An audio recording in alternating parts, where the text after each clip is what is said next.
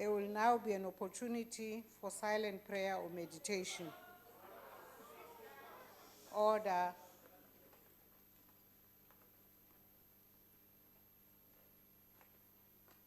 Please be seated.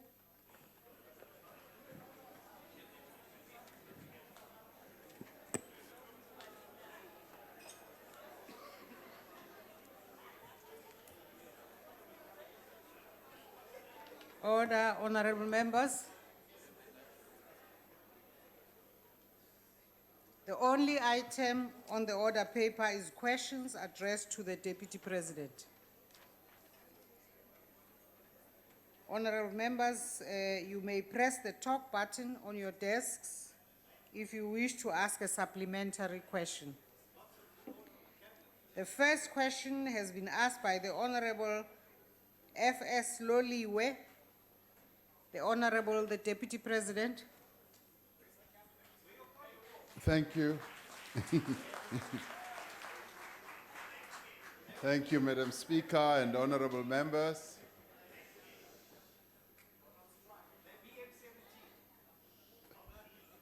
On the question on the national minimum wage. Now, I think as we all know, the issue of the national minimum wage was raised by the President in the SONA in 2014 when he asked the Deputy President together with social partners to try and address this matter and address really the issue of income inequality in our economy and in our country. And following those fairly lengthy deliberations, and a number of members of Parliament kept asking, when are you finalizing this? And we kept saying, you know, it took the Germans 8 years to arrive at a national minimum wage. It took us just over 2 years. And as we all know, the social partners have agreed to the introduction of a national minimum wage and to peg it at 20 Rand per hour, and that this will be implemented with effect from the 1st of May in 2018 at the very least. Now, the agreement was signed by all the social partners except for COSATU. COSATU had been a very active participant in the whole process of negotiation, and in the end they said they have their own reporting processes that they need to abide by, and they requested us that we should give them an opportunity to go and report, but at the same time they said we should go ahead and sign the agreement. When I asked the President of COSATU what this was for, whether it was for consultation or for merely reporting back, he informed me that it was for reporting back. We do hope and trust that they will post their Central Executive Committee, be able to give us an indication of where they stand. The amount of 20 Rand an hour in the end translates on a monthly basis for a 40-hour week to 3,500 Rand. For those who work 45 hours in a week on a monthly basis, it comes to 3,900. The introduction of this wage at this level will, in our view, have a significant impact on the lives of roughly 6.6 million South Africans who currently earn below 3,500. When research was done on this, it indicated to us that the majority of our people are earning well below 4,000 Rand a month, and this is the people who are employed. And you could then say that we have the working poor. Several measures were agreed by the social partners to ensure that the introduction of the national minimum wage does not have negative effect on the viability of businesses as well as employment.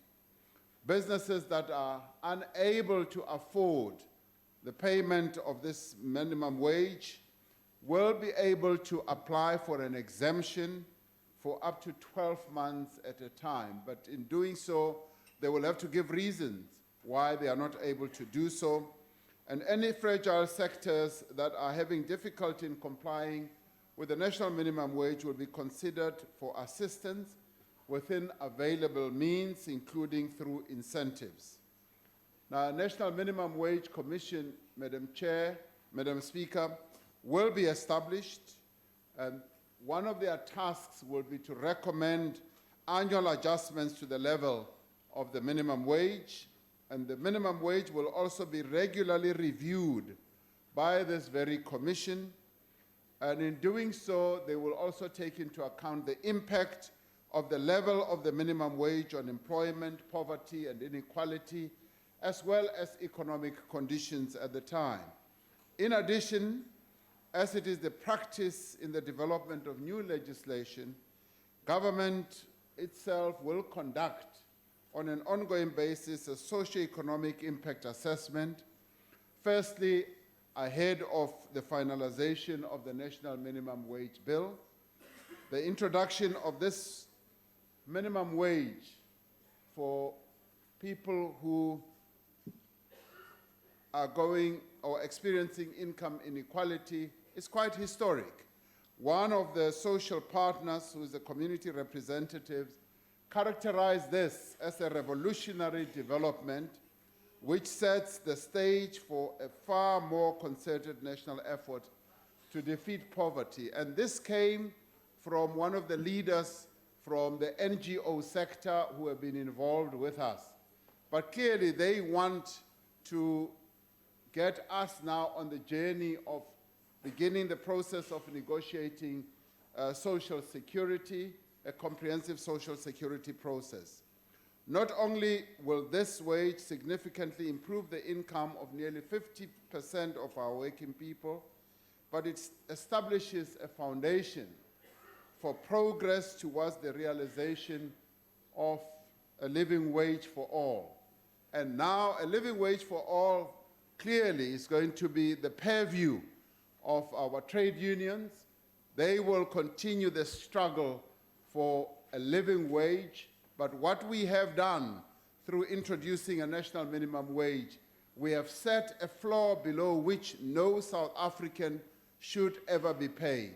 And we're hoping that when it is introduced, it will have an impact on income inequality, and it will be able to lift a lot of our people out of income poverty and set us on a right path to have a living wage in the end. Thank you very much, Madam Chair. The Honorable Loliwe. Thank you, Deputy President, for the clear response.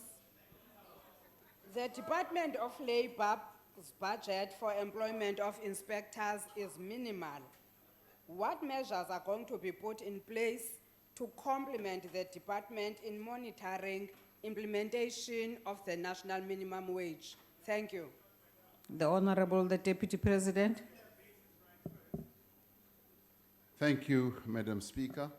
The reason we agreed with the social partners that implementation must only be next year was to give the Department of Labor sufficient time to prepare for the implementation of the minimum wage.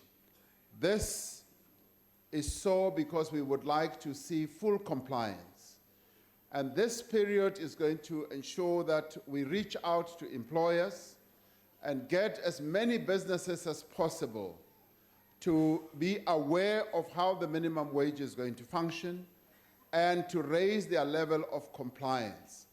At the same time, the Department of Labor itself is setting up a fairly rigorous and robust process within the department to be able to monitor this. Now, the budgetary impact of it all will be outlined, I'm sure, by the Minister in the coming year when she outlines her departmental budget.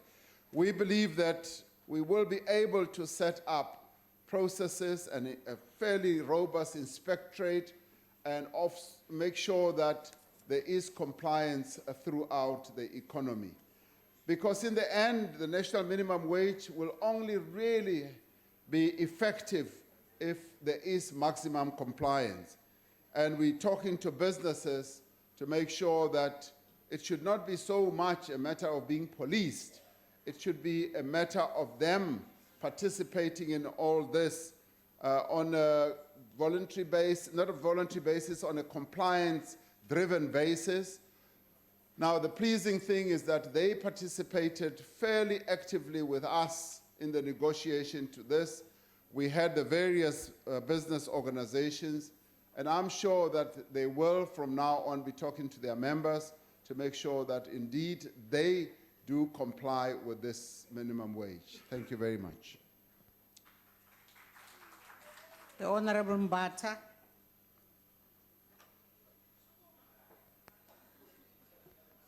Honorable Speaker, I will give the question to the Deputy President. Thank you very much, Speaker. The question that was posed to the Deputy President of the ANC was that in the minimum wage is going to reduce income poverty. But you'll agree with me, Deputy President, that the biggest form of poverty that characterizes majority of South Africans, the black majority in particular, is the poverty of landlessness.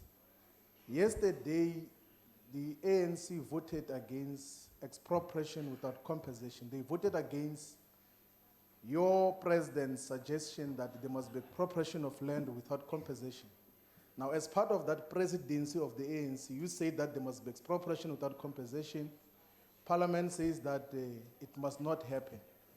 What is your view in terms of the expropriation of land without compensation? Should we pursue that as an agenda, as a means to dealing decisively with the landlessness and the poverty of our people as is being dealt with? I'm asking you this question now because it's urgent. Thank you, Honorable and, Member. Don't you are only motivate going the to come question. back after 3 months. Your Thank you 1 very much. minute is over. Honorable Deputy President. There are a number of factors that drive poverty in our country, and one of them is unemployment, and indeed one of them is asset poverty. Asset poverty that also involves the lack of property ownership or land ownership and assets, other assets as well. Now, when it comes to the issue of expropriation without compensation, the matter was actively canvassed in this House yesterday. And I'm not going to bore this House by going through the debate that was entertained here yesterday. And I think the matter was well canvassed, as was mostly robustly debated. And much as I was not here, because I couldn't be here, I looked at the TV reports and I saw how the EFF argued the case and how a number of other parties argued the case. What should be said is that indeed, the issue of land is still very central in the minds of many of our people. There is land hunger in our country, and from the ANC point of view, this is a matter that is being addressed robustly. The various programs that we've got in place are addressing this matter, including policies that we have been implementing ever since 1994. And we are a political party that subscribes to the rule of law. Right now, we have a constitution that prescribes that land should be dealt with in a particular way. The African National Congress is pursuing to implement what is set out in our constitution because we subscribe to the rule of law. Thank you very much. The Honorable Sheikh Imam. Thank you, Madam Speaker. Mr. Deputy President, what is very clear is that the 3,500 Rand minimum wage that we're introducing will certainly not be enough to address the inequality in our society today. Now, Mr. Deputy President, for hundreds of years, some of our employees have been earning minimum wage, including farm workers who have been exploited.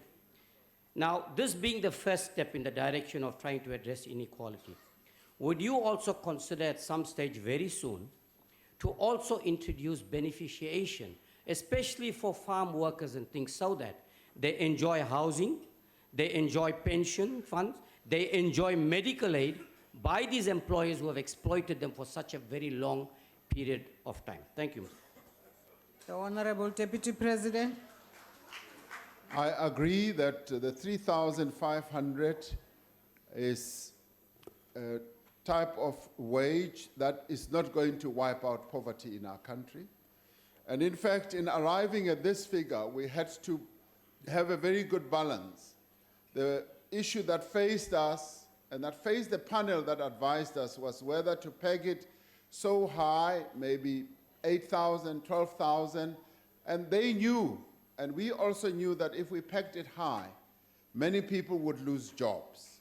But at the same time, we knew that if we pegged it far lower than the 3,000, the 20 Rand an hour, it would not have an impact. So the 20 Rand an hour was the balance that could be achieved and found at this point in time.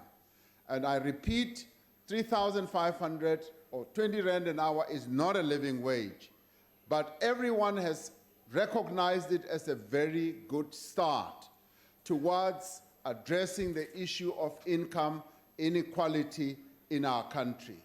And admittedly, a number of people, as I said, in our country are earning way below that right now. You will not believe that our research told us that even workers who are involved in logistics in the urban area are earning as little as 6 Rand an hour. So there are still many people whose income right now is still way, way below where this 20 Rand an hour is. So the 20 Rand an hour is beginning to resonate with a number of people. Even those people who dismissed it are beginning to see that it is a start and it builds a foundation upon which we can finally end up with a highly paid working population in our country. Coming to the issue of beneficiation, particularly for farm workers, as you call it, and clearly we want to get to the point where farm workers earn a decent wage, and in fact they should earn a living wage. They should be able to have medical aid, they should be able to have all the benefits that working people in other sectors enjoy. Now, coming to farm workers, you will of course be aware of some of the programs and pilot programs that the Minister Gugile Nkwinti has embarked upon, where he is now converting, he's reached agreement with a number of farmers to convert workers just from being mere farm workers to being partners in a number of farming operations. When it started, a number of people opposed this. More and more farmers are now embracing this, and this is spreading, and it will soon spread like a wildfire.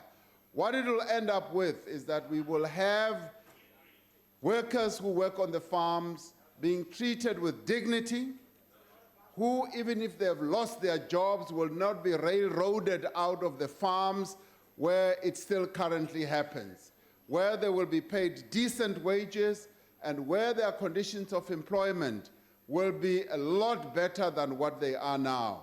And with the national minimum wage, Honorable Member, we are on a roll. We are on a roll to improving the conditions of employment as well as income of many workers in the South African economy. And we need to embrace this and make sure that it happens and it is fully implemented. Thank you very much. The Honorable Ollis. Thank you, Speaker. Deputy President, we're all concerned when we see the plight of poor people sitting on the side of the road, people who are struggling. But twice during the December question session here in the House, you stated that there will be job losses as a result of the imposition of the national minimum wage, and you undertook to engage with NEDLAC on practical measures to limit those job losses, other than the farming sector and the domestic work sector, which we already know about. Subsequently, NEDLAC has accepted the national minimum wage proposals, and this leads me to ask you, could you tell us what practical measures you have agreed at NEDLAC to limit or significantly reduce the job losses when the national minimum wage is implemented? The Honorable Deputy President. The panel that advised the social partners, the Committee of Principals, has been engaged to look more closely at this matter. Initially, they did say to us, yes, there may well be job losses, but the information at hand is not definitive, and they looked at a number of international studies as well. The World Bank and a number of others did say, yes, sometimes the issue of job losses is exaggerated, and sometimes it does not eventuate as it has been supposed. And we've asked them to look at this matter very closely and come back to us and tell us what the eventualities could well be. Now, in our discussions, we've also looked at a number of proposals on what can be done to mitigate against job losses. One of those, of course, is exactly what I said earlier, is that businesses can come forward and apply for an exemption.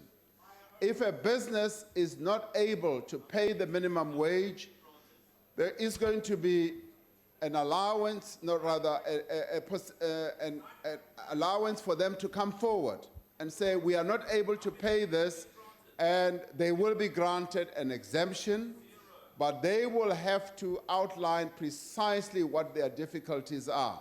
So that is the first one. And we are also going to look at vulnerable sectors of the economy where incentives could well be paid as well. We're also going to look at whether there can be tax breaks for some of those type of employers. And we are also going to look at a number of other measures and interventions. And let me just assure members that we are not flying into this blind. We are not flying into this blind. We are taking fairly calculated positions to make sure that we do mitigate against job losses. And here is the real issue. The real issue that faced us was whether we continue to countenance income inequality or we do something that is quite revolutionary. We opted for a revolutionary stance, but at the same time we said, to the extent that there will be job losses, we are going to put in place a number of measures. One of those important ones being getting an exemption that will last for a year, and if after a year your business still cannot afford it, you are allowed and entitled to come back and say, this is how my business is operating. So vulnerable businesses, businesses that are in difficulties, are going to be able to come forward. What we want to prevent in the end is mass job losses. And with this agreement amongst the parties, we are certain that we are going to be able to mitigate against massive job losses. Thank you very much. We now come to question number 2, asked by the Honorable, the Leader of the Opposition, the Honorable Deputy President.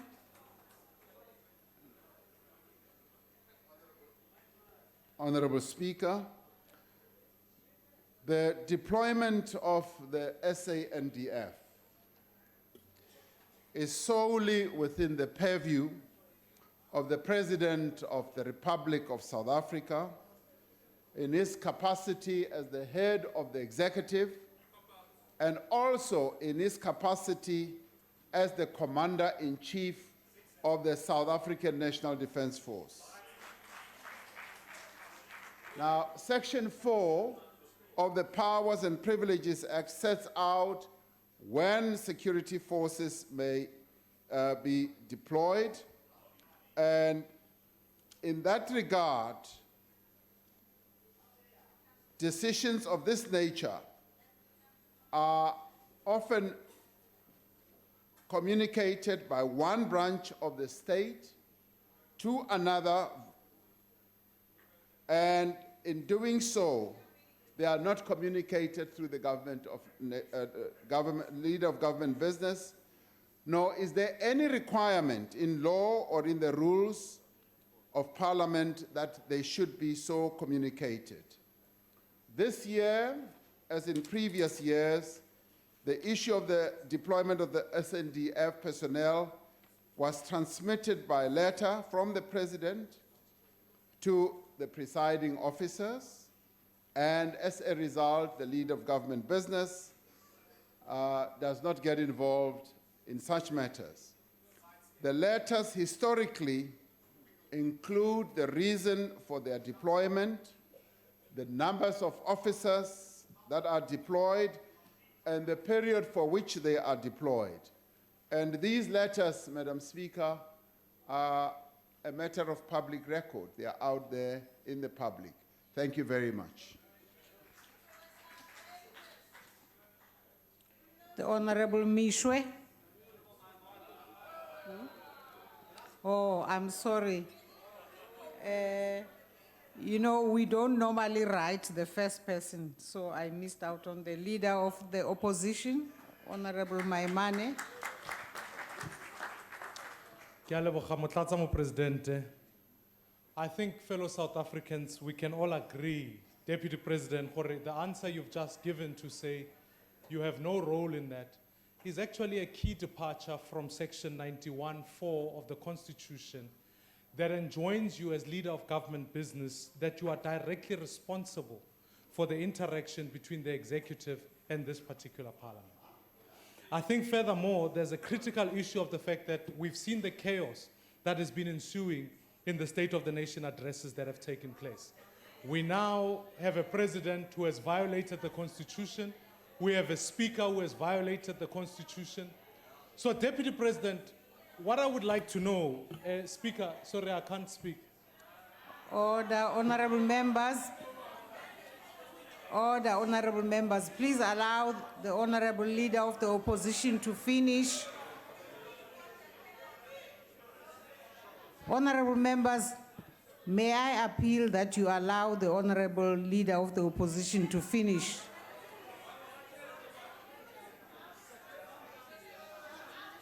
Please proceed, Honorable Maimane. Thank you. So, Deputy President, every year we're seeing the increase of the use of police, the security agency, and now the army coming to Sona to intimidate members of Parliament, members of the media, and ordinary South Africans. So I'd like to ask, I think you and I can agree, this should remain the people's parliament, not the executive's parliament.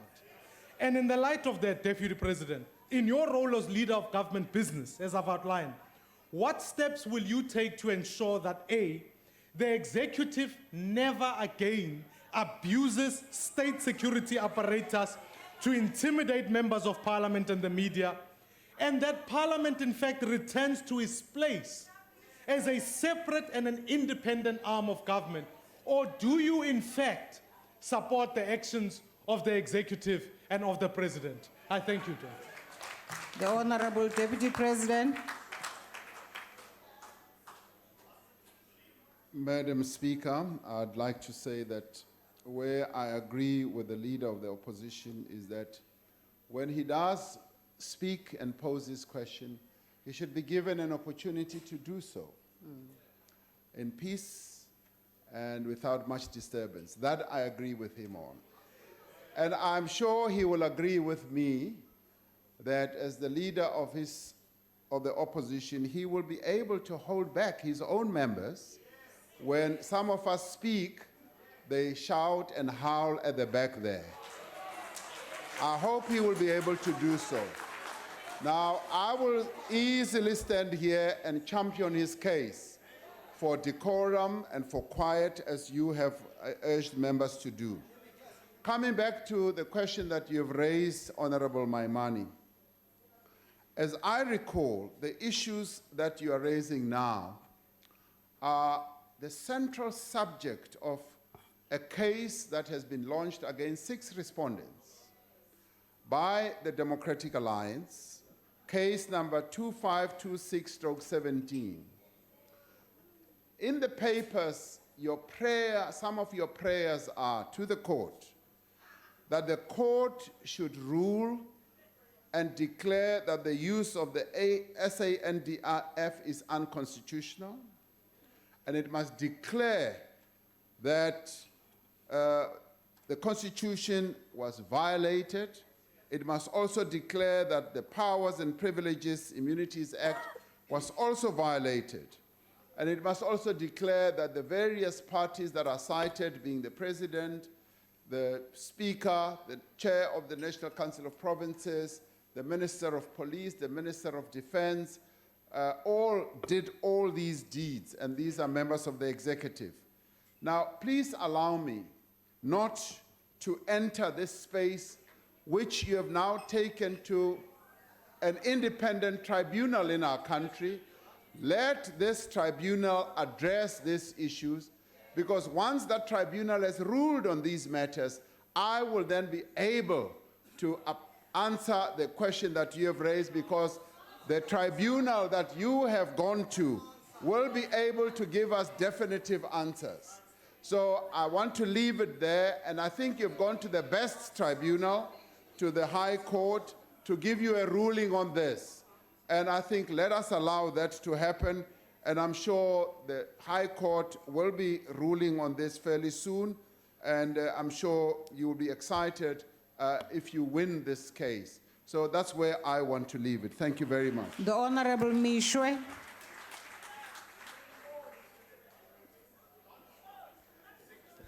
Thank you, Speaker. The leader of government business was a member of this House during the first democratic parliament. He knows very well that security measures during State of the Nation addresses back then did not include thousands of SAPS officers and hundreds of armed soldiers on and around these precincts. If indeed he was not informed about the presence of hundreds of armed soldiers who were deployed during SONA, what was his first reaction when he saw them? Because during apartheid, they were not seen on the premises.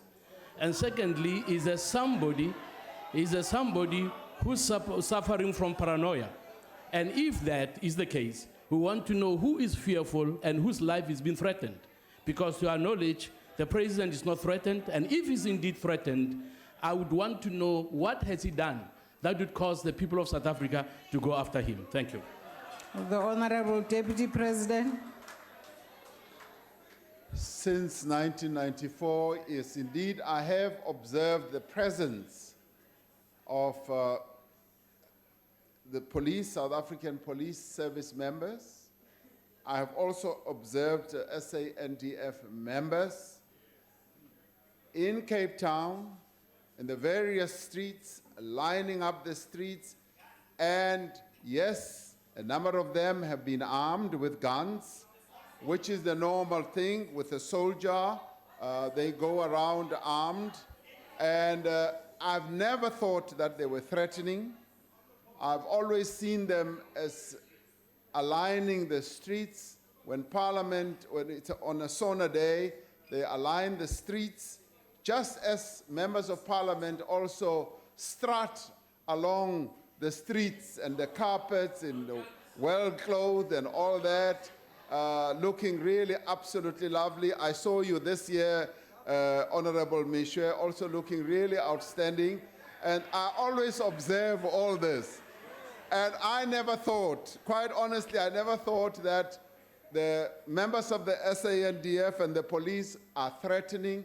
Yes, they are often here in numbers, and I've often seen many of them, but they are always on ceremonial type of guard, just guarding and being there and just really, really showing a clear demonstration of the state and being there in their uniforms in a ceremonial fashion.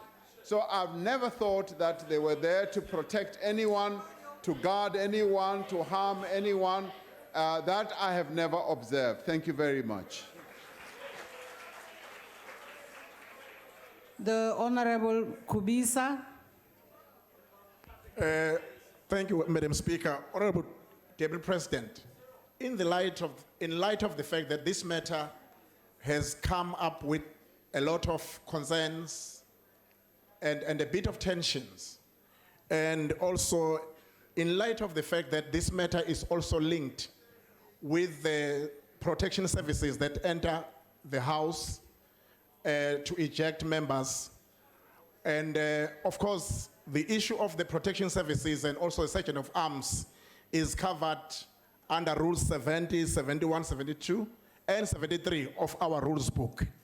Would you, as the leader of government business, deem it fit that the meetings that were held, led by yourself and the presiding officers, and also party reps, be resuscitated in order to ensure that such concerns are dealt with once and for all? Thank you. The Honorable Deputy President. Yes, I think we once held really good meetings which we thought would help in addressing quite a number of challenges that we faced. And it was a sad pity that in the course of those meetings, some good faith was broken. Good faith was broken, and that led to the breakdown of that whole process. And it is a process which I, on the one hand, as leader of government business, we were going to follow up with the Speaker, becoming part of that process, as well as the Chair of the National Council of Provinces, and the leaders of political parties. When we initially met, I thought we were onto something that was really good, which would have served this Parliament extremely well. But no sooner than we had started, than the good faith that we thought we were establishing and cementing was broken, and that led to the complete breakdown of that whole process. If what you are saying is that we should reconsider this matter, I know that the Speaker and the National Council of Provinces often hold meetings with political parties. We can look into that and see whether it does become an avenue or an option that we can work on. But what I do know is that the Speaker currently meets with the leaders of political parties, and that, to my information, that goes very well. But I'm glad you have raised that, because that takes me back down memory lane, but that also takes me down a rather painful moment when good faith was broken and the whole thing just collapsed. Thank you very much. The Honorable Mabika.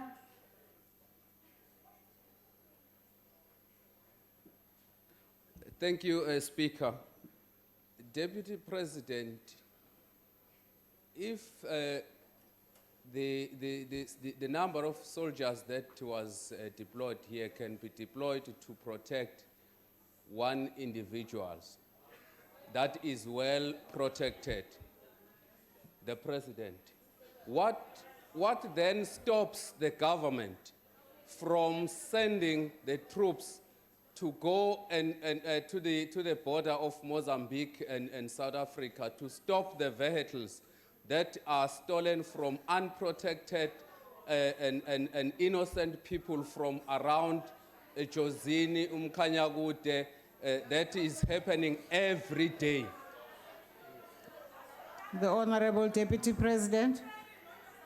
Thank you, Honorable Speaker. The member is raising a law and order matter which has to do with criminal investigation and also has to do with how we secure our borders, and that is a matter which the various line ministers deal with on an ongoing basis. And let me say up front that the presence here of members of the SNDF were not here to protect any one individual. They were here to conduct their own ceremonial duties on the opening of Parliament. Now, Order. Order, honorable members. Madam Speaker, I'm waiting for that magical moment which I advocated for when the leader of the opposition spoke. And now that I have that magical moment, we may differ on this, and it is not wrong to differ. But the good thing is that the Democratic Alliance has taken this matter to court. And let us allow the courts of our country to make a determination on this matter so that we stop differing on every point, because I am outlining precisely what I believe they were deployed here for, and they have a different view, and the view is that they were here to protect one person. And of course we differ with that. And now that we differ, let us allow the courts to make a determination on this matter. And once the courts have made a determination, we will know what the truth is. Thank you very much. We now come to question number 3, asked by the Honorable Shivambu. Honorable Deputy President. Honorable Speaker, on the question of whether I, as the leader of government business, received a submission from the said individual on the Financial Intelligence Center Amendment Bill, the answer is no. I did not receive such a submission. I would, however, like to make use of this opportunity to commend all parties in this House for the unanimous adoption yesterday of the amended bill. I thought we did a really good job to amend the bill. The legislation that we voted on yesterday will significantly strengthen our ability to tackle money laundering and the financing of terrorism and bring South Africa in line with international standards. Thank you very much.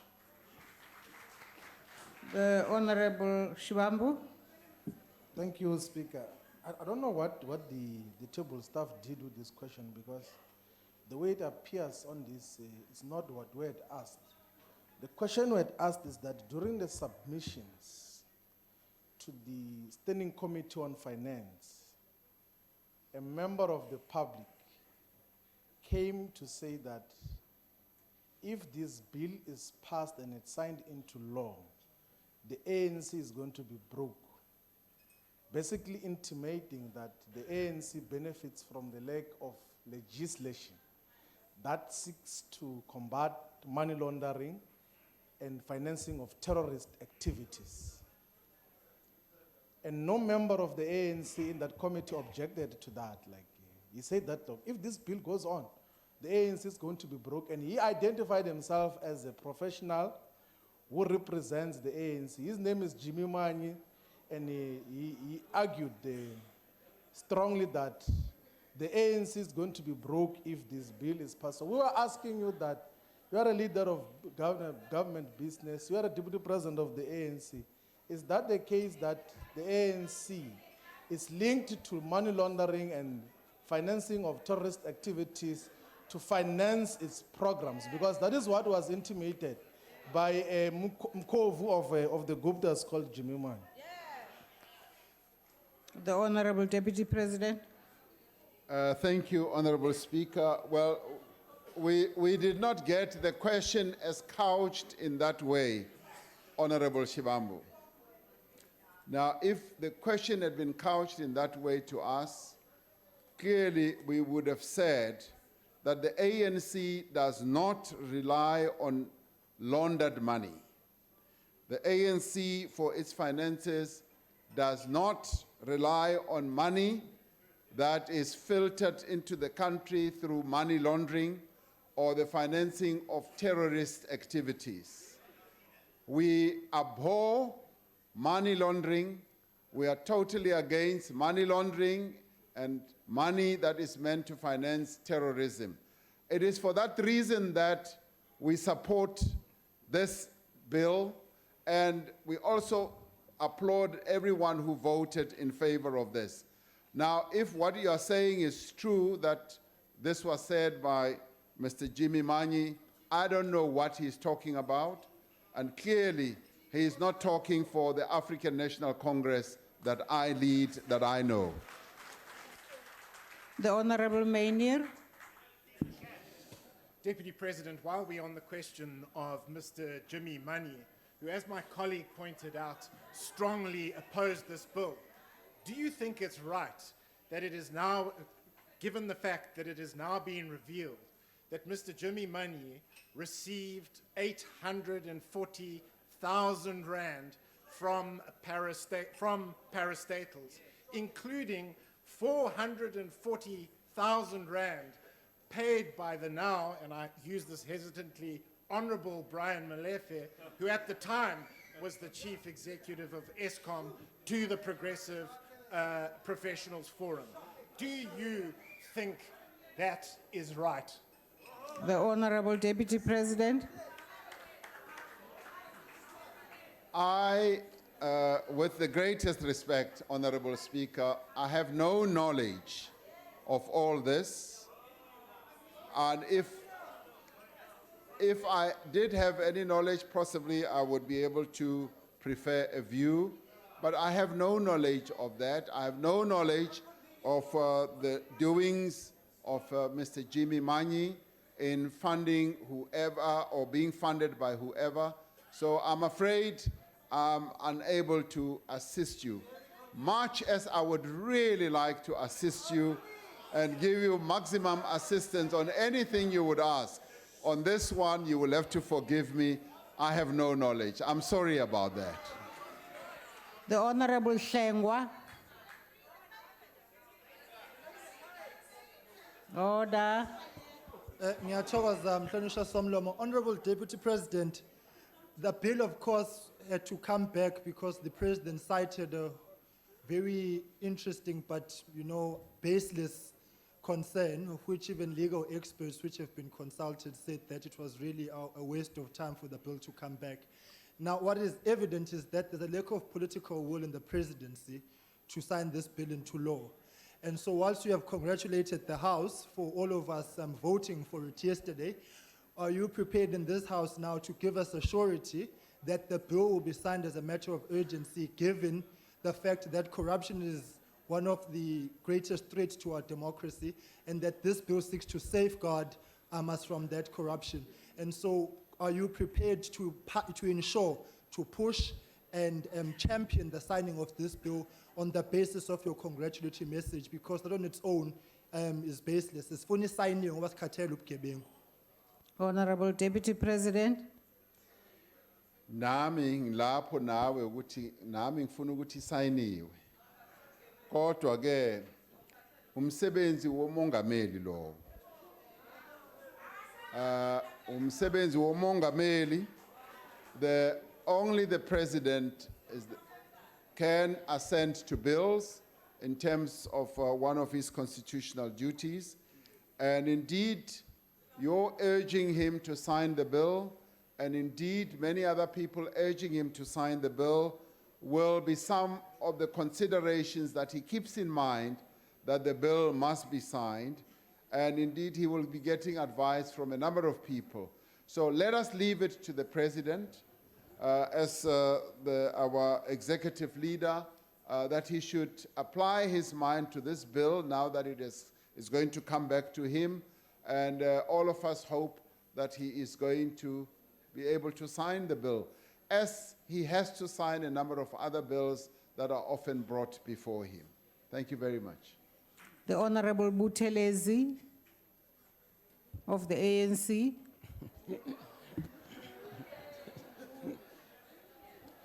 Thank you, Honorable Speaker, Honorable Deputy President. Now that we are done with conspiracy theories, can we then come back to the thing that we did yesterday? Now that we have passed the FICA Amendment Bill, do you think, Honorable President, that this will enhance business confidence in our economy, which is critical for fixed investment by the private sector, economic growth, and of course, employment creation? And can you please tell us why you do think so, if you agree with me? Thank you. The Honorable Deputy Honorable President. Speaker, just quickly, I think Parliament must note that No, Honorable the Honorable Shibambu. Speaker who spoke now Honorable referred to Shibambu. the Deputy President as Honorable President. Honorable Is Shibambu, that what please is take your insinuating? seat. So I wanted to clarify What's Please happening? take your seat, Honorable Has Sissa changed Shibambu. his mind now? Honorable Deputy President. Thank you, Honorable Speaker. My answer to Honorable Junior Buthelezi, or Buthelezi Junior. I think the signing of this bill is going to enhance our stature in the international investment community. They will see that we are deadly serious against corruption and money laundering. As we all know, we operate in a globalized community. And by and large, on many things that we do, we've got to be able to do what is reasonable and proper that other countries do. And this happens to be one of those. We don't necessarily willy-nilly have to do everything that other countries do, but this is one of those because it is against money laundering and also supporting terrorists financially. Now, what will this do in terms of enhancing our position when it comes to investment? Investors will look at our country and see that we are equal comparators with many other countries that they invest in. And it is going to be one of those things where they mark us correctly and say, South Africa, having signed this bill, means that it is serious about corruption and it is open for business and investment. And I think it will enhance our chances because, answering your question directly, Honorable Buthelezi, investors want to invest in countries that subscribe to certain values. They want to invest in countries that they know have a moral compass. And by doing so, we will be demonstrating to the world that indeed, as South Africans, we do have a moral compass. We are people of integrity, and that we abhor corruption, and we are totally against things like money laundering and supporting terrorist activities. And that in itself is going to make us a blue chip investment destination. And I'm sure that those who are serious about investments will be able to bring their investments our way. Thank you very much. We now come to question number 4, asked by the Honorable J.L. Fabs, the Honorable Deputy President. South Africa was represented, and may I say well represented, at the World Economic Forum meeting in Davos. It was represented by government, by business, by labor, by people from the NGO sector, as well represented by the media from our country. And working together as what we call Team South Africa, this group was extremely effective in communicating a coherent message, particularly around the progress that we are making as a country in a number of areas. This includes on how we are implementing economic transformation and our own reform agenda, on how we are making progress towards working to inclusive growth, as well as finding ways in which we can increase employment, on how also we are restoring investor confidence in our economy, and how we are achieving a more supportive business environment. But we also were able to outline to them the measures that we are taking in as far as refining government spending and how we are seeking to make our spending efficient. In each of these cases, Team South Africa was able to provide practical examples of where progress has been achieved and to highlight where further work needs to be done. And I must tell you that it was quite heartwarming to see how South Africans from all hues of life were able to speak from one hymn sheet or sing from one hymn sheet and communicate a single message about our country. We were united in purpose, united in delivering a clear message to the world. And this message was well received by many people with whom we interface collectively and individually. There is a great deal of goodwill towards our country and a genuine desire from both government and business leaders to see the country succeeding, particularly in overcoming some of the challenges that we face both economically as well as at the social level.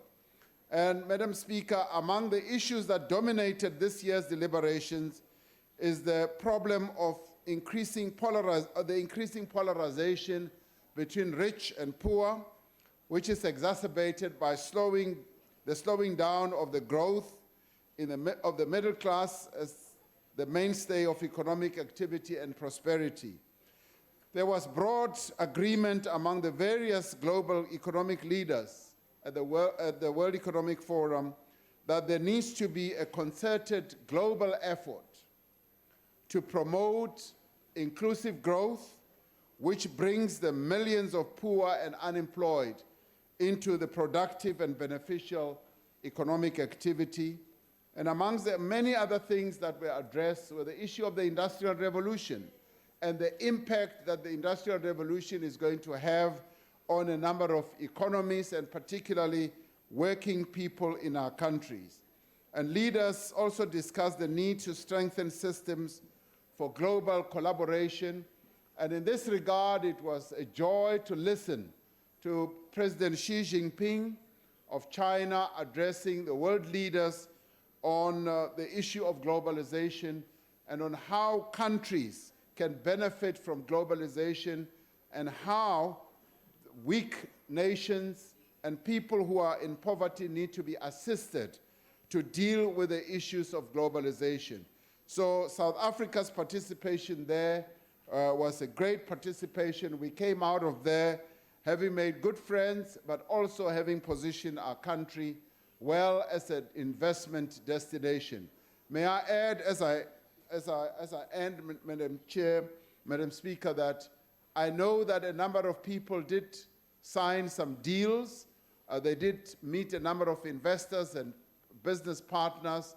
And so all in all, those few days that were spent in Davos were good days, much as it was cold. It did come back. South Africa team came back having delivered a really good message about our country. And we can be proud of those people who went there. Thank you very much. The Honorable Fabs. Yes, thank you, Honourable Speaker, and Honourable Deputy President for your comprehensive response, which acknowledges the increasing polarisation between the rich and the poor, and also the profound impact of the fourth industrial revolution, which it is likely to have on our country's workplace, employment, and skills development profiles. Recognizing that innovation and technology upgrading are fundamental to industrial development, especially in South Africa, where most enterprises innovate by importing capital equipment rather than conducting research or buying from local institutions. Therefore, please, Deputy President, can you share with this House how in this highly competitive global environment, new technologies are playing and can continue to play a crucial role in maintaining and even improving South Africa's competitiveness, especially in sectors such as manufacturing and mining value chains, which can absorb larger numbers of skilled, unskilled, or semi-skilled workers. I thank you. Honorable Deputy President.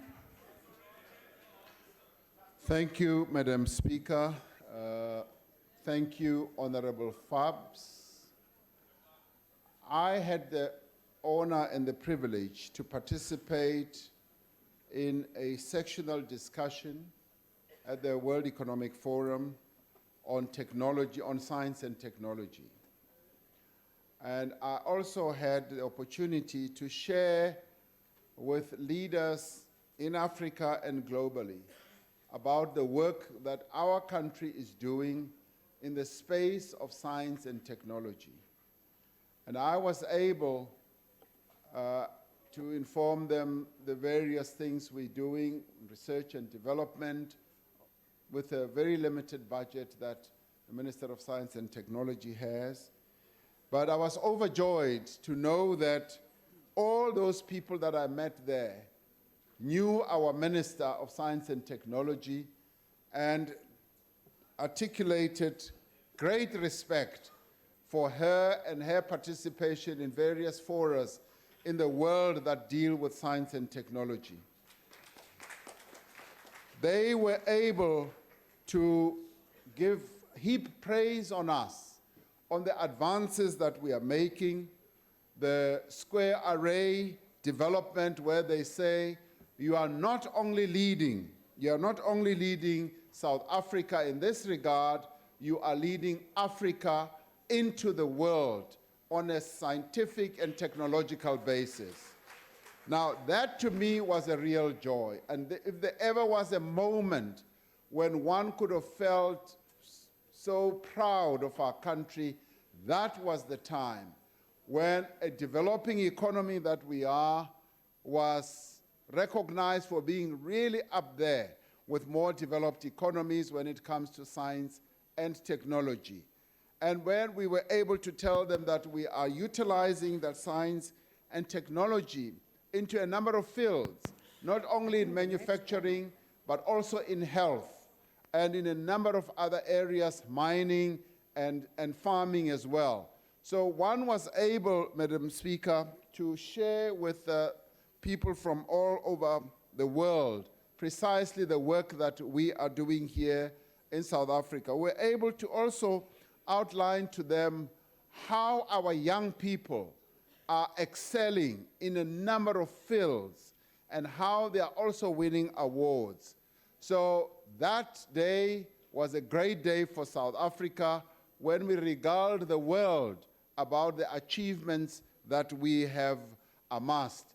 And clearly, there is much more that still needs to be done. People who love science and technology, like myself and the minister, would like to see her budget growing more and more so that we can excel when it comes to science and technology, because we are using our science and technological prowess for good effect, for manufacturing, for health, mining, and a number of other related areas. So we are great when it comes to science and technology, and I'd like all of us to recognize how great we are and how much greater we can be as a country. Thank you very much. The Honorable McPherson. Thank you, Speaker. Deputy President, on Monday night, your alliance partner, the SACP, through its Deputy General Secretary, described your government's plan of radical economic transformation as nothing but hot air.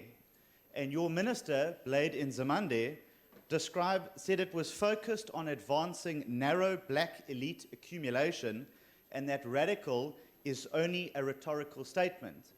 By your own admission, Deputy President, your government is at war with itself. As a presidential contender and leader of the ANC and government's civil war against the president, your president, how credible is your claim of cohesiveness in Team SA's message at Davos, really? The Honorable Deputy President. I don't know, maybe I should say it in Venda. Because if I say it in Venda, maybe you will understand a little bit more. But the only disadvantage is that I might have to put you through some classes of Venda so that you can fully understand precisely what I was saying. What I was saying to you is that the message that we articulated in Davos as South Africa team, or Team South Africa, wearing our colorful scarves, clearly distinguishing ourselves from any other group. And you should really see this. When we go to Davos, we all wear our colorful scarf, and there's no other country that has claimed that space like we have.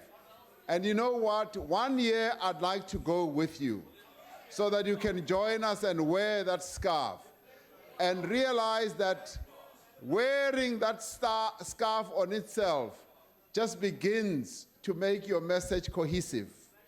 It just begins to enable you to articulate a clear, positive message about South Africa. Now, that's what we had gone to do. We had not gone to Davos to go and articulate any other message. What we were selling was your South Africa, our country, our people. That's what we were selling. We were not selling a narrow vision of a particular party. We were selling a vision of all of us. That's what we were doing in Davos. And I'd like you to respect that. Ngauri haezi roya Davos, ria Davos urengisa shango lashu. Ori batho ba se pfesese zwavhudi uri rine batho ba fhano Afrika Tshipembe ro farana hani ri khou shumisana hani nahone ri khou ya phanḓa nga nḓila ifhio. A ri khou ita hezwi zwa vhuḓabadaba zwino fana na hezwi zwine na khou amba ngazwo.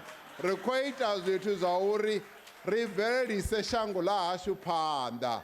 Now I've said it in Venda, I'm sure you understand it better. Thank you. Honorable members, I must report that the names that followed, I just happen to remember Honorable McPherson, have been wiped off. So there's somebody missing who came before the one that I'm, Honorable Esterhazen. Yes. Cha ngiyazi khona Matthias kodwa usezansi. Olandelayo kuzoba Honorable Dudley. Honorable Esterhazen. Thank you, Speaker. Honorable Deputy President. Honorable Deputy President, you said in your presentation in Davos that South Africa is open for business and emphasized our foreign policy as the same. You just spoke about moral standards in this country, with socio-economic and political stability playing a major role and deciding factor as to where foreign investment is directed. Don't you agree then that a country's foreign policy should reflect its own domestic policy? My question, sir, how can you sell South Africa as an open and a credible leader in Africa when we can't even guarantee the physical safety of foreigners and their property, given the perennial widespread violent incident of xenophobia on this border? And you might say that this is law and order as well, but this still reflects the image of government towards foreign nationals to the world. Thank you. The Honorable Deputy President. Thank you, Madam Speaker. I think we can all agree that the events and the incidents of the past few days are rather sad, and these are incidents that we should not gloat about. But what is clear is that South Africans are not xenophobic. We are a people who are not xenophobic. We don't hate foreigners. In fact, we've opened our arms forever and in a day to people from other countries, just like they opened their arms to us when we were pushed into exile. So we have opened our arms to them, and where there's been criminal activity, we are saying that the police must investigate that, and it's not saying that foreigners are criminals and they get involved in all manner of criminal activity. So we will continue as a government wanting to protect the lives, the property, and the interests of people from other nations, just as we expect them, foreign governments, to protect the lives, the property, and the interests of South Africans who are in other countries. So what they expect of us, we will also do to their own nationals. And the South African government has been very clear on this matter from the beginning. We as a government have been in the forefront of preaching an anti-xenophobic message. we've been in the forefront of advocating the protection of foreign nationals, and that those foreign nationals who are involved in criminal activity should be dealt with in accordance with our laws. And we call on our people not to take the law into their own hands and attack people from other countries.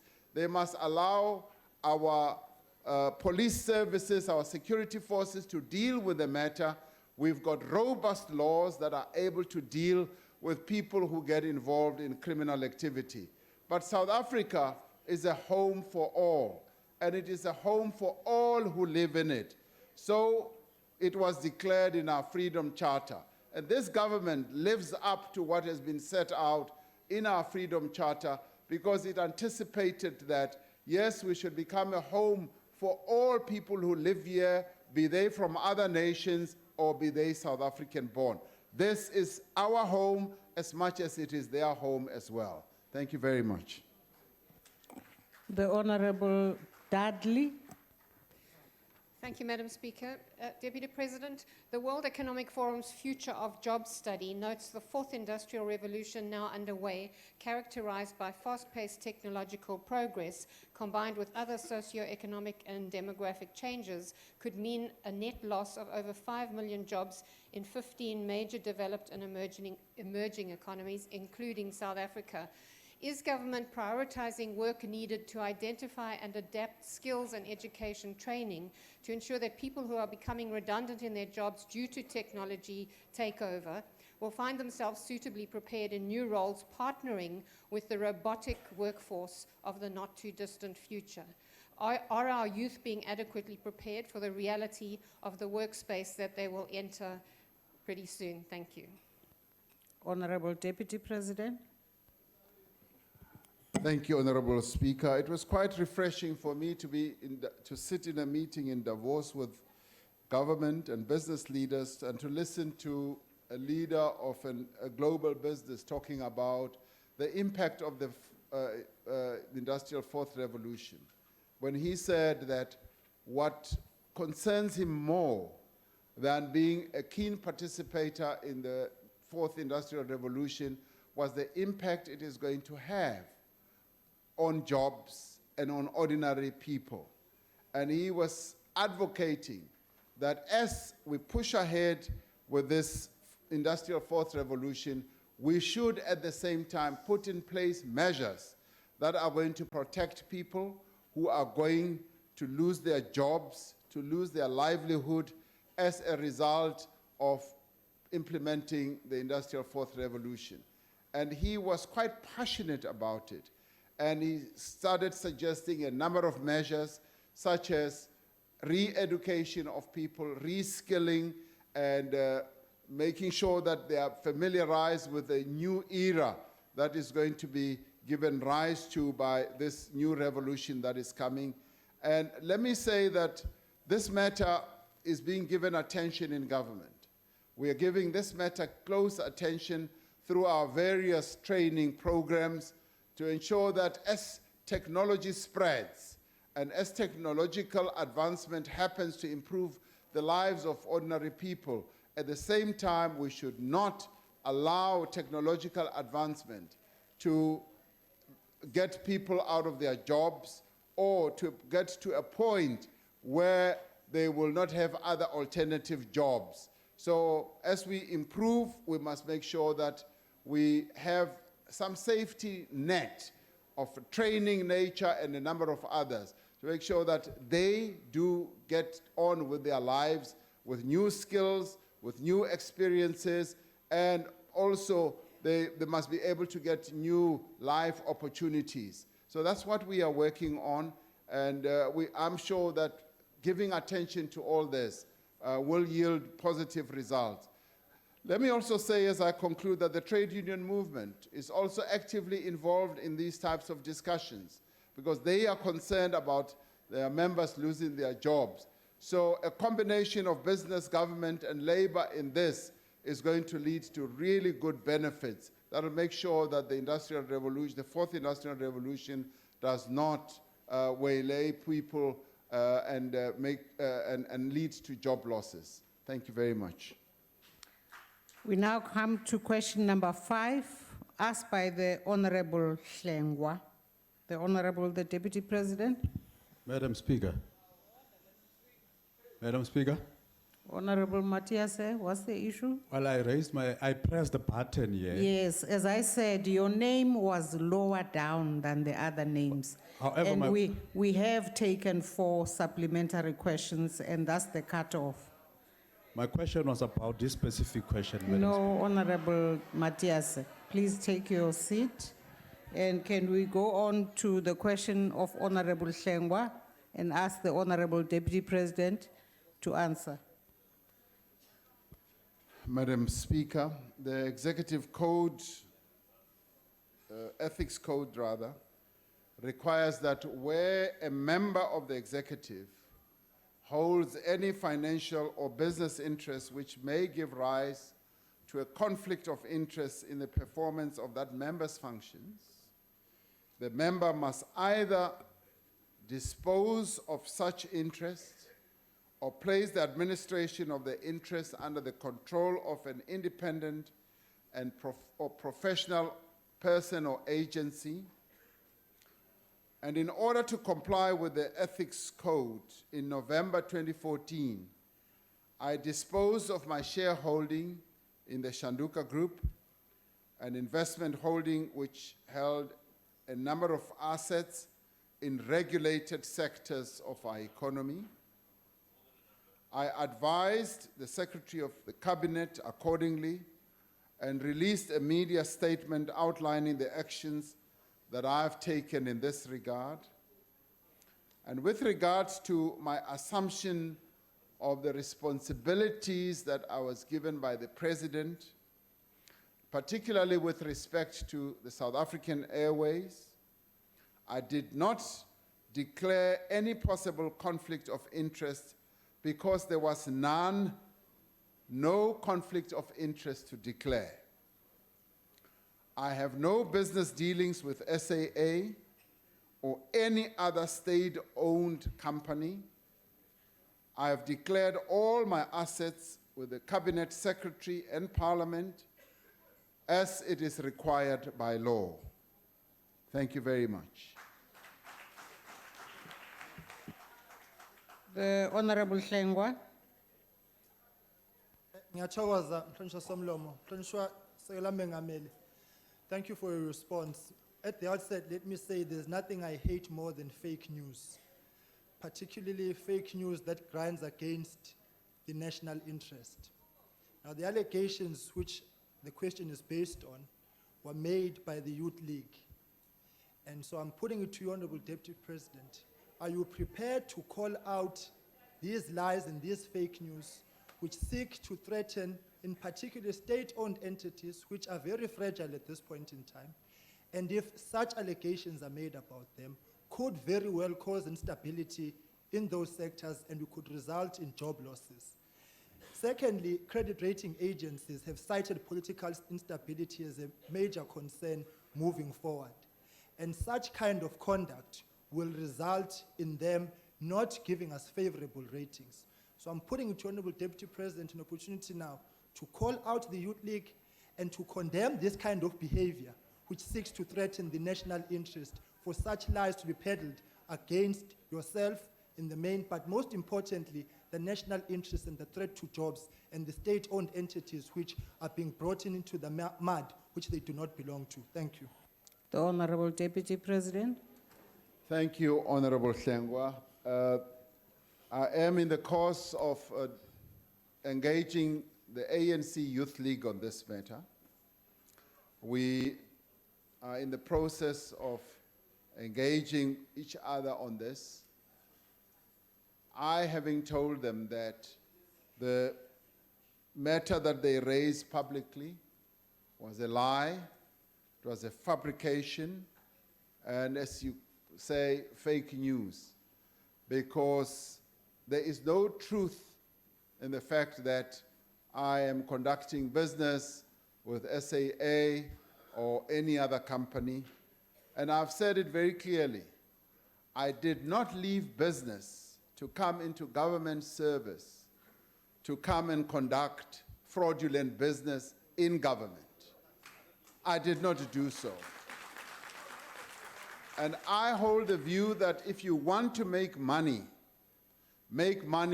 in business.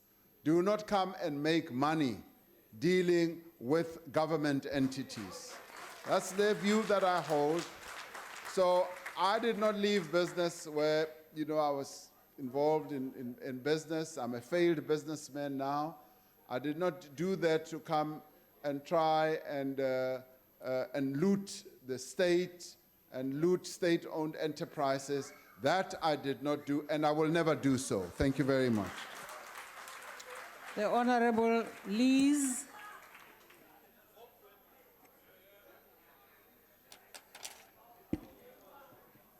Honorable Speaker, Honorable Deputy President, ngizocela nje into eyodwa kuwe ukuthi ungaphenduli ngesivenda. Mawuthanda isiZulu ungaphendula ngaso. Madam Speaker, Deputy President, SAA has run at a loss of some 13.76 billion since Ms. Dudu Mnyeni was appointed as the board chair. Ms. Mnyeni's intervention over the Airbus deal resulted in Finance Minister Nana being fired and replaced with Honorable Now You See Him, Now You Don't, Van Rooyen. Ms. Mnyeni has been found by the CIPC to have contravened 2 sections of the Companies Act. Ms. Mnyeni last Saturday apparently spent the night in the presidential suite at the luxury Oyster Box Hotel at a cost of 50,000 rand. Would the Deputy President please tell us why he believes that the reappointment of Ms. Dudu Mnyeni as the SAA board chair last year was not irrational? Thank you, Madam Chair. The Honorable Deputy President. Thank you, Madam Speaker. I think we should be looking at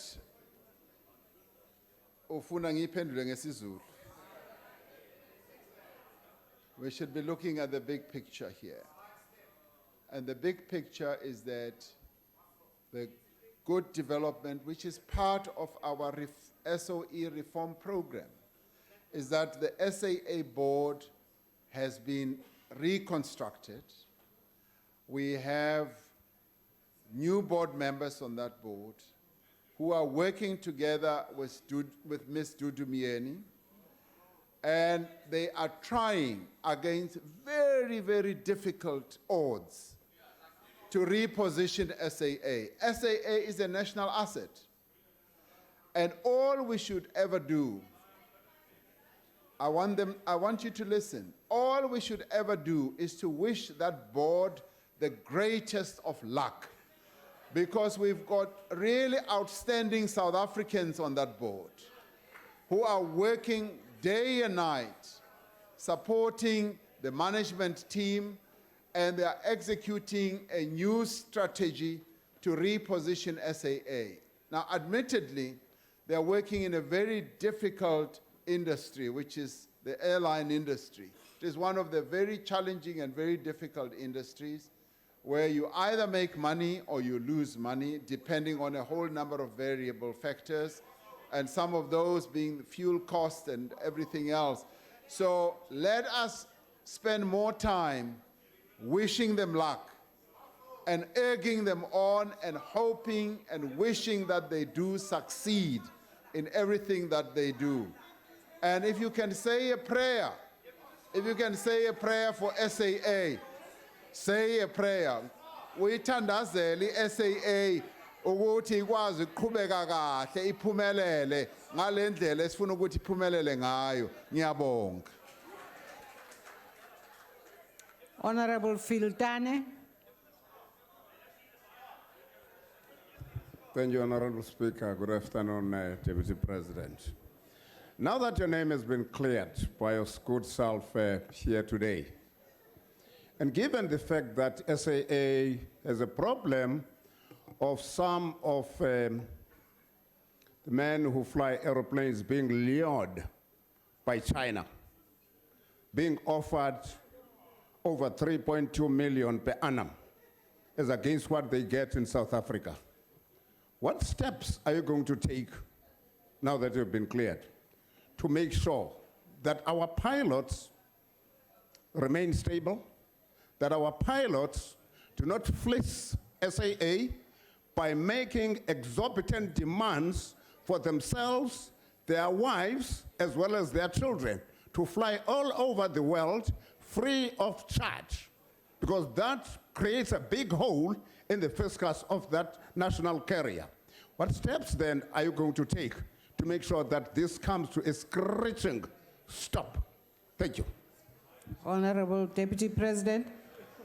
Thank you, Honorable Filtani.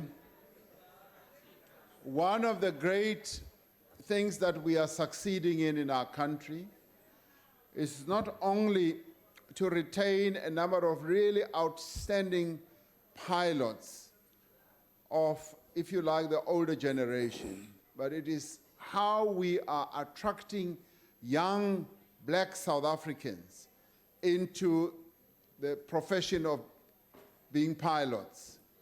And I've had the joy of meeting quite a number of them. And I'll tell you a very good story. I was in an aeroplane and I was flown from Kimberley. It was a commercial flight by a young South African girl from New Brighton in Port Elizabeth. Her name is Oyama Malotane. She's 24 years old. It was stormy weather. They said they invited me to come into the cockpit, and her chief pilot said, I want you to see how this young woman, 24 years old, from a township, is now able to fly a plane with 300 passengers. And it was the most unbelievable flight because stormy, it was raining, and this young woman took that plane off from Kimberley, went through the stormy skies, and landed us in rain and storms in Johannesburg. I was in awe to see this young woman doing precisely that. Now, are there many of them? Are there many of them? There aren't many of them. And what are we seeking to do as government? We're starting a program to do precisely that. The other day, I was also flown. And I hope I won't embarrass Dr. Nzimande by saying this. I was flown by his son in an aeroplane SAA flight from Johannesburg to Durban. And he was flying us. And he's a young man. Now, this is the future that beckons us. This is the future that is out there for us on the horizon. And these are the young people that we've got to nurture. We've got to prepare for the future that awaits them. This is how this country is succeeding and is reaching out for greatness. And whilst we are doing both things, trying to keep those who are already in the system so that they can pass their skills on to these others, that is happening. In the Air Force, when we fly, the President and myself fly, we're often flown by young people, young black people who are now flying these very big planes, and they are the pride of our nation. So there is a future, and we are going to make sure that the pilots in our country increase by leaps and bounds, because we need good and loyal pilots who will not go off to work in China and a number of other countries. Thank you for raising this, because you took me down memory lane. You spoke about something that I found very touching, when I see young people being very successful at an intricate and difficult profession like being a pilot. Thank you very much. The last supplementary question will come from the Honorable Mukause.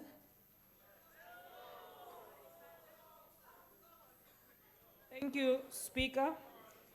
Deputy President, despite the fact that your office rejected claims made by one of your own, the ANC Youth League, that you own a certain portion in the ComCare, but we are not concerned about that. We still believe, as the EFF, that senior government leaders own shares in most of the institutions. Our concern is the proliferation of business ownership by senior government leaders, and that escalate to their families having influence in the South African government, that of Zuma, the Duduzane Zuma, who's got great influence, and the Guptas. As the leader of the government business in this house, have you ever went as far as engaging your president in those claims? And you ever went that far as engaging the president about the claims made by the deputy president, but the deputy minister of finance of the Guptas having afforded him an opportunity to be the minister of finance? Thank you. The Honorable Deputy President. I think the issue of the ownership of shares has two aspects to it, and I think we do need to understand it. There's the issue of share ownership as part of one's portfolio, say on shares that are traded on the stock exchange, where you can buy shares and sell shares on an ongoing basis in various companies because they offer a growth that you may not get if you leave your money in the bank. Now, nearly all of us here are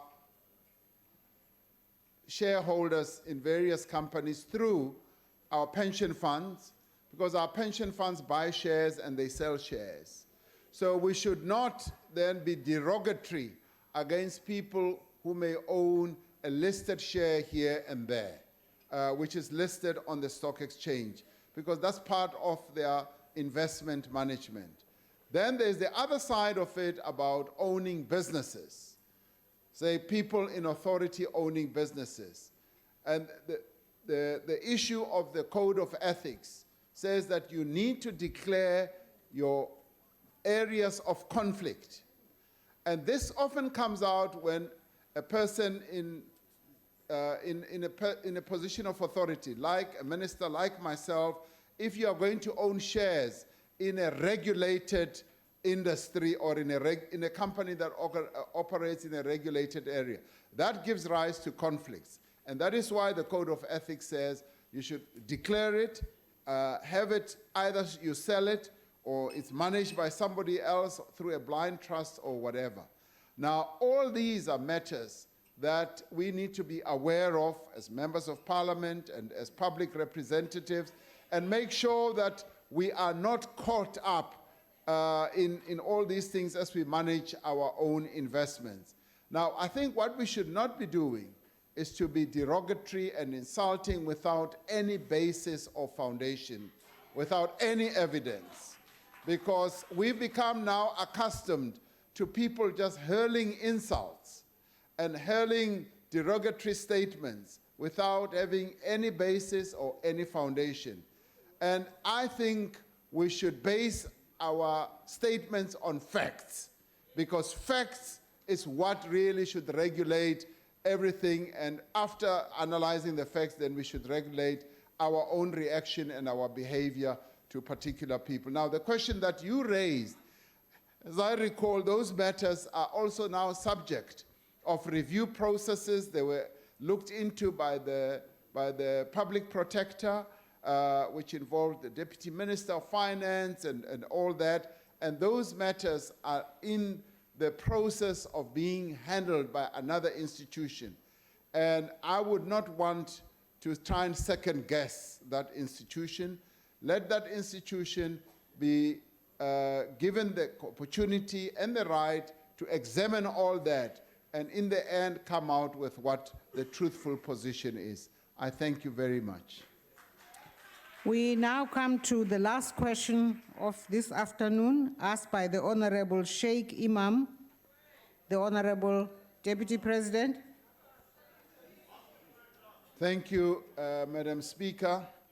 The final report of the Health Ombudsman into the circumstances surrounding the deaths of mentally ill patients in Gauteng concluded that there was a prima facie evidence that certain officials as well as certain NGOs, and some activities within the project violated the Constitution and contravened the National Health Act and the Mental Health Care Act. The report described several instances of negligent and reckless actions that contributed to the deaths of at least 94 mentally ill patients. The report made several recommendations to hold those responsible to account and to ensure that such a tragedy should never occur again. With regard to the relative powers and functions of the different spheres of government, the report said that there is an urgent need to review the National Health Act of 2003 and the Mental Health Care Act of 2002, with a view to harmonize and to bring alignment to different spheres of government. It also said that the centralization of certain functions and powers of the Mental Health Care Act must revert back to the National Minister of Health. The full breadth of the Ombuds's recommendations are under consideration, including a review of the National Health Act as well as the Health Care Act. The Minister of Health has already informed this House that he has selected a review panel for this purpose. The Constitution is very clear on the responsibilities of the various spheres of government. It provides, Madam Speaker, for instance, that provinces and their executives are subject to the national government's decisions on policy governing health care. The Constitution empowers national government, where necessary, to intervene in provincial governments. These are some of the elements of our constitutional architecture that will need to be considered during the course of this review that the Minister has set up a review panel on. We would welcome any suggestions that the honorable member, and indeed many other members may have, on this matter to ensure that a tragedy like the Esidimeni one does not happen again. And if there are suggestions that can be brought to bear with regard to how the functions and the competencies at national and provincial level can be so well delineated as to be able to take the effect that they should take to save lives, we would welcome those. And I invite the honorable member to come forward and present any such suggestions if he has any. Thank you, Madam Speaker. The Honorable Sheikh Imam. Thank you, Honorable Speaker. Mr. Deputy President, we have gone through the recommendations by the Ombudsman and in terms of those patients that may have died in Gauteng. But that's exactly the point that I'm trying to make, Mr. Deputy President. Not only in the case of the issues of those people that have passed on in Gauteng in the health sphere. If you look at it, the limited powers vested in ministers and the national departments, and let me give you another example. If you take Woodstock, for example, in Cape Town, where our people are being removed forcefully to make way for what we call development. Now, the national departments are not able to intervene in this. If you look at the people in Philippi who have just been successful in that court matter, and there are already indications that the city of Cape Town will ignore that court decision. Now the question is, can we as national government make amendments so that more powers are given to ministers and national departments to protect the interest of our people, especially where certain political parties are in control and will abuse their power? And the last example I want to give you, we talk about the limited powers of the Minister of Corporate Governance. If you look at the corruption in the Knysna municipality, which is being protected by either the MEC in the area. I am therefore suggesting, can we make the necessary amendments at some stage to give greater power so we can intervene and protect our people? Thank you.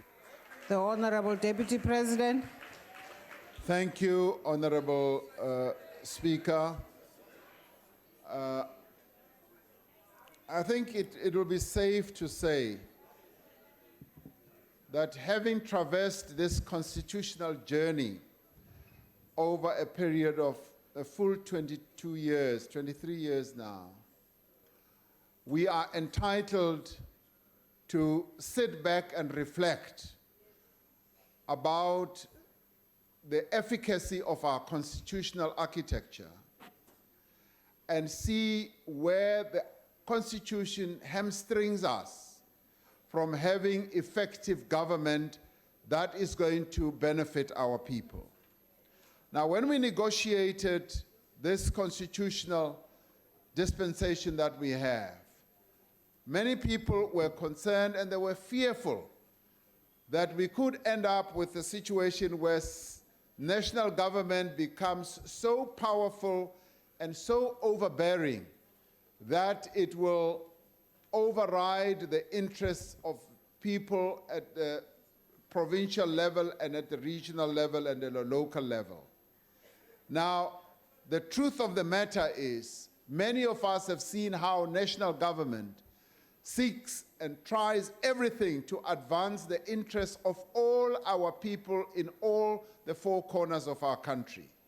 There's nothing suspicious that national government does to undermine any part of our country. And the experiences that we are now having, where the competencies that have been given to provinces some of them prevent national government from taking effective action to the benefit of our people on a uniform or universal basis. This calls for a dialogue that we should have as South Africans. We should sit back and say, does this provision serve us well as South Africans from a constitutional point of view, but more importantly, from a government efficiency point of view?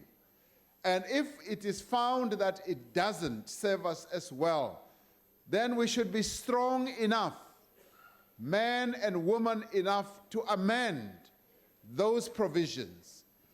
Now, when it comes to health, the reason that the Minister of Health has instituted a review panel in this regard is because he has found that it hamstrings him from executing a national mandate of ensuring that all South Africans lead healthy lives. So the reason has come to the fore, and we now need to sit back and have robust, intelligent debates that could lead to an amendment of the architecture that we have. And there should be no suspicions that national government is trying to abrogate unto itself all the powers to the disadvantage of provinces or local government. This, in the end, is what cooperative governance should be all about. Cooperative governance should be how all sectors of government work together to advance the interests of our people. Thank you very much. The Honorable James.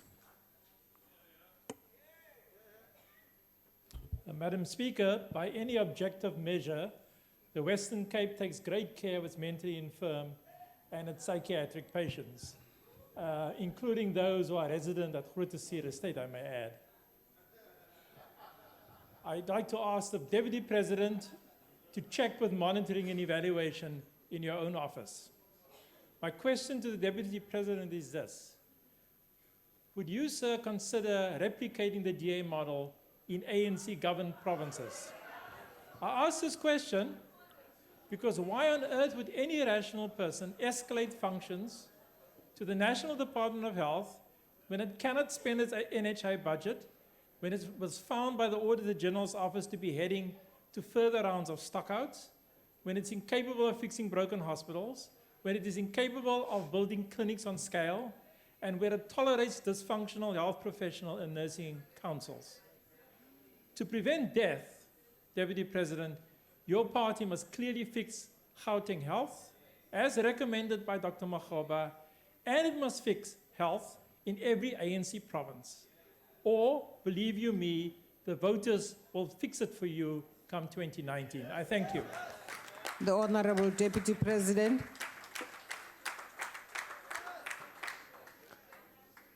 I missed the reference, Honorable James, when you said Grooteskier estate. I know of no Grooteskier estate. I know Rondebosch. But anyway, be that as it may, you and I can have a discussion about that. But on the more important issue that you raised, I think you will admit that what has been put out from a policy point of view with regard to the national health insurance is one of the most outstanding policy positions that this country has ever seen with regard to health. When the national health insurance is fully implemented, and we will admit that it is going to go through its baby steps at the moment. There will be hit and misses right now at the moment. Over the weekend, I went to Mpumalanga in the Secunda area, and we opened a brand new clinic, NHI type clinic, which is state of the art, which incorporates the new information system, which is going to be implemented right across the country. And it is a clinic of the future. Now, we are going to be replicating that type of clinic of the future throughout the country. The Minister of Health, when he has an opportunity to answer questions, will be able to outline to you precisely the steps that his Department of Health is taking. Now, when this government took over health, it took over a fragmented health system, a broken health system, a health system that abused our people right throughout the country, and a health system that was so dangerous to the lives of our people. Now, this minister is repairing precisely the mess that was left to this country by the past misrulers of our country. And the health process is now underway. Today, this health department is saving lives. 3.4 million people are on ARVs, and this is being dispensed by this health department. Where in the past, hundreds of thousands of people were dying every year. This health department has made sure that our life expectancy has now ticked up to, I think, about 62 years now. 62 years. Whereas in the past, when this government took over, it was in the 50s. Now, please watch how the improvements are happening in our country. And these improvements, mark my words, are happening countrywide. They are not happening in one province. The challenge that this minister has is a national challenge, is not a limited challenge, a challenge that's limited to one province. The responsibility of making sure that the health of our people is safeguarded is on the shoulders of the National Health Department. And it is doing a reasonably good job under very trying circumstances. The NHI is in pilot stage. It is being implemented. Diseases such as TB are being focused on like a laser. And soon we are going to have World TB Day, and we are going to be announcing precisely what we are going to be doing when it comes to TB. So NHI is underway, whether you like it or not, it is here to stay, and it is going to be implemented. Thank you very much. The Honorable van der Merwe. Thank you. Thank you very much, Speaker and Deputy President. I think at the very heart of the Esidimeni crisis was a lack of leadership, maladministration, and recklessness. And Deputy President, because of these exact same reasons, we are now facing another national crisis, and that's the Sassa grant payout crisis. And it will not only affect the lives of 700 vulnerable South Africans, but it will affect the lives of 17 million vulnerable South Africans. In 2014, your government was told by the Constitutional Court that the current contract that you have with CPS and Net1 is unlawful. They gave you until 1 April 2017 to correct this. In full breach of her oath of office, the Minister of Social Development did nothing. And now with a month to go, we've got no plan, absolutely no plan to pay grants, absolutely no plan. So Deputy President, we've seen no leadership on this matter, and I think today, as leader of government and business, you must tell us why we've allowed Minister Dlamini to show a complete disregard for the Constitutional Court. She's in fact gone rogue, we don't know where she is, and we want to know from you, Deputy President, why are we again putting the lives of the most vulnerable citizens at risk? And what will you personally do, Deputy President, to avoid a national grant your time payout has crisis? expired. Honorable Deputy President. Thank you, Honorable Speaker. Honorable Member, one of the really good things about our democracy is that it allows us to be able to raise matters of national interest like you are and demonstrate our concern about some of these matters. Now, in doing so, we should also be willing to listen precisely to the steps that are being taken to try and mitigate the challenges and the problems that we have. Now, the Sassa matter is being addressed. It is being addressed, and the Armageddon. Order. Order. Thank you for your protection, Proceed, Honorable Speaker. GP. The Armageddon that you are talking about will be avoided. We will make sure that those 17 million people in our country who rely on these payouts, grants, child grants and old age pensions do get their pay. And we are fully aware of the Constitutional Court requirement of having to go back there. And that is underway, that is being addressed. And we're going to make sure that the wheels don't come off. We do indeed address this matter. And when we do, we will be willing and prepared. The minister will be willing and prepared to come back here and address this matter and outline the steps that are being taken and that are going to be taken. So that much I can tell you will happen, and this matter will not be allowed to go to the wall. Thank you very much. The last follow-up question will come from the Honorable Tembe Kwayo.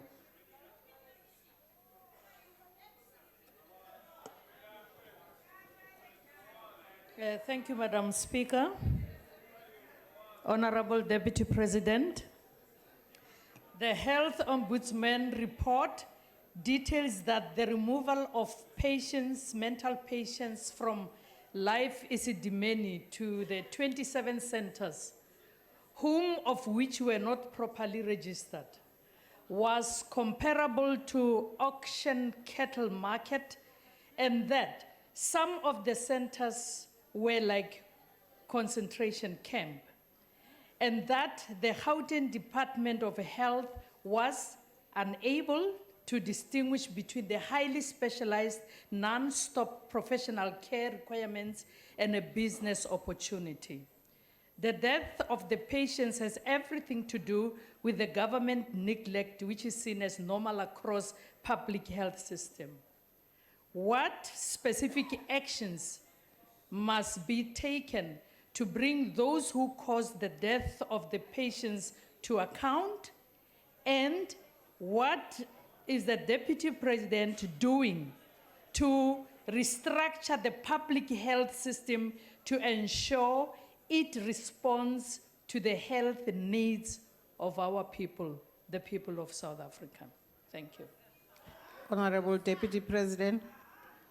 Thank you very much, Madam Speaker. I can say without any equivocation that the Minister of Health, ever since this incident occurred, has on a day and night basis, been working on this matter. If there is anything that is top of mind to him right now, it is how our country and our people get over this debacle of Esidimeni, and how we ensure that those who are affected are given the support and the care, and how we prevent this matter from ever happening again. But more importantly, on how the recommendations of the health ombudsperson are implemented. And there is a list of things that Professor Malekapuru Makgoba came up with that are currently being implemented. The minister is on a daily basis in the process of doing so, and he briefs me and he briefs the president on an ongoing basis about the steps that they are taking. I have no doubt whatsoever that the care and the scrutiny that the minister is subjecting this whole problem to is going to lead to something that will finally be positive, so that this thing never ever happens again. And he's got his Director General scouring throughout the length and the breadth of the country, making sure that it does not happen in other provinces, and he's got his officials on their toes working on this matter. If there's anything I can assure you on, it is just this, that the minister is giving close attention to this matter.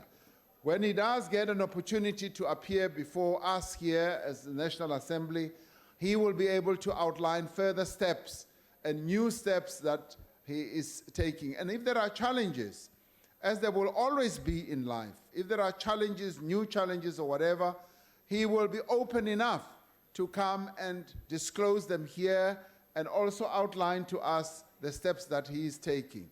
So let us give him support. Let us give him all the help that we can, rather than criticize him and browbeat him to the ground, because he's doing a good job under very, very difficult circumstances. Thank you very much. That concludes questions to the Deputy President. I thank the Honorable Deputy President. Madam Speaker. That concludes the business for the day. Madam Speaker. The House is adjourned. Madam Speaker. The House is adjourned.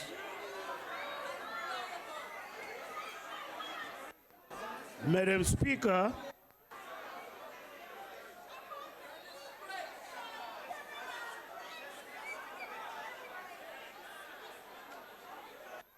Madam Speaker. Madam Speaker, point of order, please. Madam Speaker. Madam Speaker. Madam Speaker's run away.